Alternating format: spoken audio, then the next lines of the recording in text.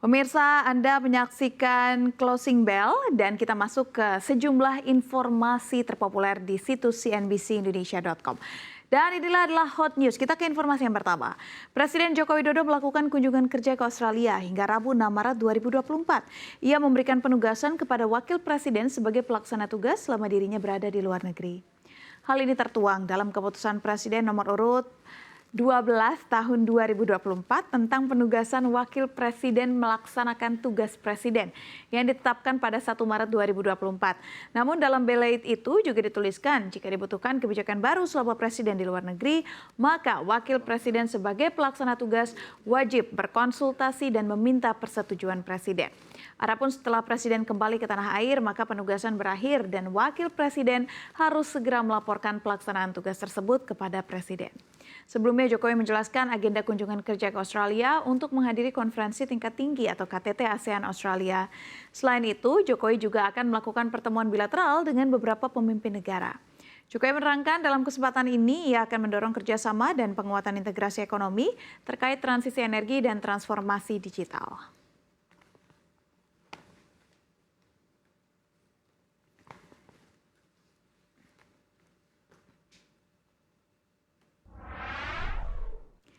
Ya, kita masuk ke informasi terpopuler kedua. Lembaga Antariksa Amerika Serikat NASA menyoroti gambar pembangunan Ibu Kota Nusantara atau IKN dari udara. Mereka ditangkap masing-masing oleh OLI-2 atau Operational Land Imager 2 di Landsat 9 dan OLI di Landsat 8. Dalam gambar yang dirilis oleh Earth Observatory NASA, nampak foto IKN pada bulan April 2022 dan Februari 2024. Pada gambar tahun 2024 terlihat banyak lahan dan tentunya lahan di dalam hutan ya yang sudah dibuka untuk menjadi dan juga dibangun lahan utama. Pembangunan IKN dimulai pada Juli 2022 di kawasan hutan dan perkebunan kelapa sawit 30 km ke daratan dari Selat Makassar. Hal ini dilakukan untuk menjawab tantangan lingkungan yang dihadapi Jakarta, ibu kota Indonesia saat ini. Beberapa peneliti khawatir perubahan penggunaan lahan untuk pembangunan IKN dapat membahayakan hutan dan satwa liar di wilayah tersebut. Hamparan daratan dan perairan pantai yang sedang dikembangkan kaya akan keanekaragaman hayati dan rumah bagi hutan bakau, bekantan, dan lumba-lumba irawadi. Meskipun lokasinya telah banyak berubah selama 1,5 tahun terakhir, kota ini masih jauh dari selesai. Konstruksi direncanakan akan selesai pada tahun 2045.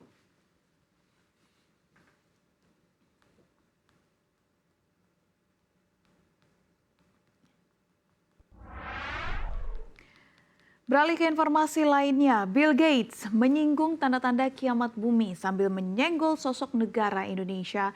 Hal ini dimulai dengan pendiri Microsoft sekaligus filantropis kawakan Bill Gates yang mengungkap setiap tahun aktivitas di bumi menghasilkan 51 miliar ton gas rumah kaca. Sebanyak 7% berasal dari produksi lemak dan minyak dari hewan dan tumbuhan. Oleh karenanya, untuk memerangi perubahan iklim, maka masyarakat bumi dinilai harus mengubah angka tersebut ke nol. Dia pun menyayangkan produksi lemak nabati yang berasal dari minyak sawit. Bukan soal penggunaannya, tetapi bagaimana proses menghasilkannya. Mayoritas jenis sawit asli jenis Afrika Barat dan Tengah tidak tumbuh banyak di sejumlah wilayah. Pohon itu hanya tumbuh subur di tempat-tempat yang dilewati garis khatulistiwa. Hal ini menyebabkan penggundulan hutan di area khatulistiwa untuk mengkonversikannya menjadi lahan sawit.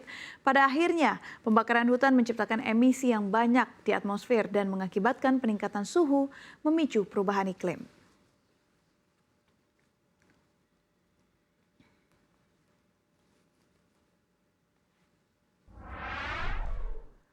Dari mancanegara, kali ini soal tanda-tanda invasi Rusia ke Moldova yang terus menguat. Setelah komentar Presiden Vladimir Putin dan Menteri Luar Negeri Sergei Lavrov mengindikasikan akan campur tangan di wilayah Transnistria. Komentar Lavrov dan Putin telah menimbulkan kekhawatiran dari berbagai pihak di media sosial tentang kemungkinan invasi Moskow ke negara Eropa lainnya di masa depan. Komentar Lavrov muncul setelah pertemuan besar pada pekan lalu di antara deputi dari semua tingkatan di Transnistria, wilayah yang memisahkan diri dari bekas Republik Soviet Moldova.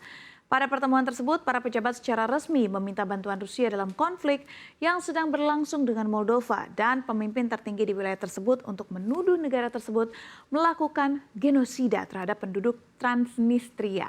Rusia telah lama mempertahankan ketegangan dengan negara-negara merdeka yang pernah dikuasainya sebagai wilayah Uni Soviet.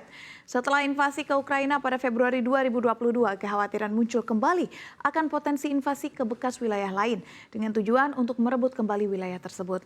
Dan Moldova kemungkinan besar dianggap sebagai target rencana semacam itu.